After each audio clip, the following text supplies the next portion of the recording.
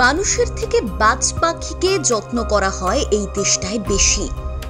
বাজ পাখির পরিচর্যার জন্য নাকি আস্ত একটা হাসপাতাল রয়েছে, ভাবতে পারছেন? কেন শেখদের নিজেদের কাছে বাজ পাখি রাখাটা মাস্ট? কাতার বিশ্বকে দেখিয়ে দেয় এক অবাক করা সত্যি। গোটা মধ্যপ্রাচ্য এই একটা পাখিকে যেন সন্তানের মতো পালন করে, আর তার মধ্যে সব থেকে বেশি নজর কাড়ে কাতার।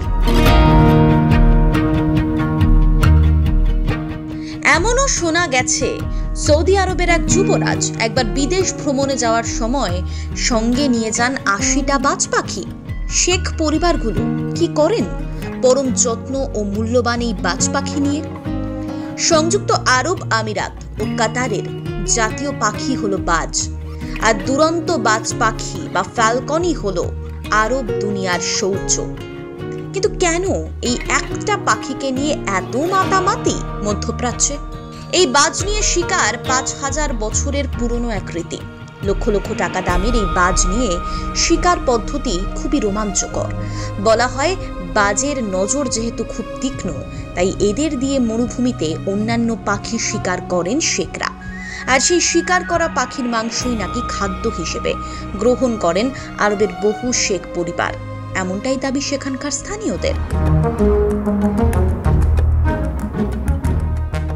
বাজ পাখি এখানে নানা ধরনের আকৃতির হয়, তবে শাহিন ফ্যালকন মূলত ব্যবহার করা হয় শিকারের জন্য।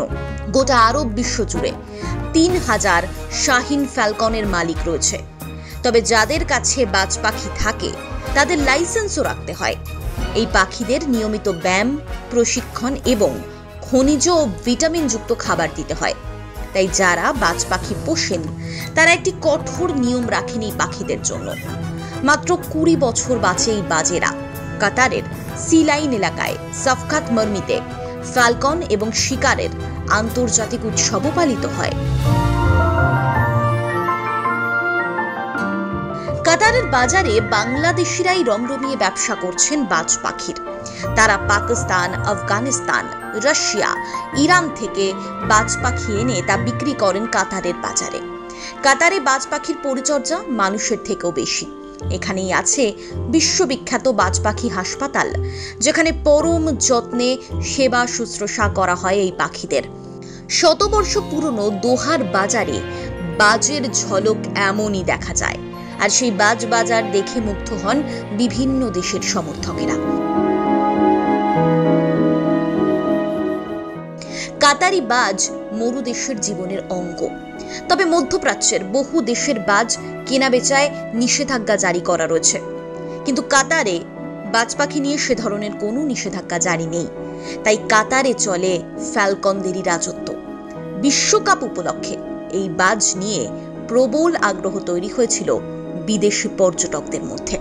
বাজ পাখি যেন মধ্যপ্রাচ্যের বা আরব দুনিয়ার শান বলতে পারেন। ব্যুরো রিপোর্ট, প্রথম কলকাতা।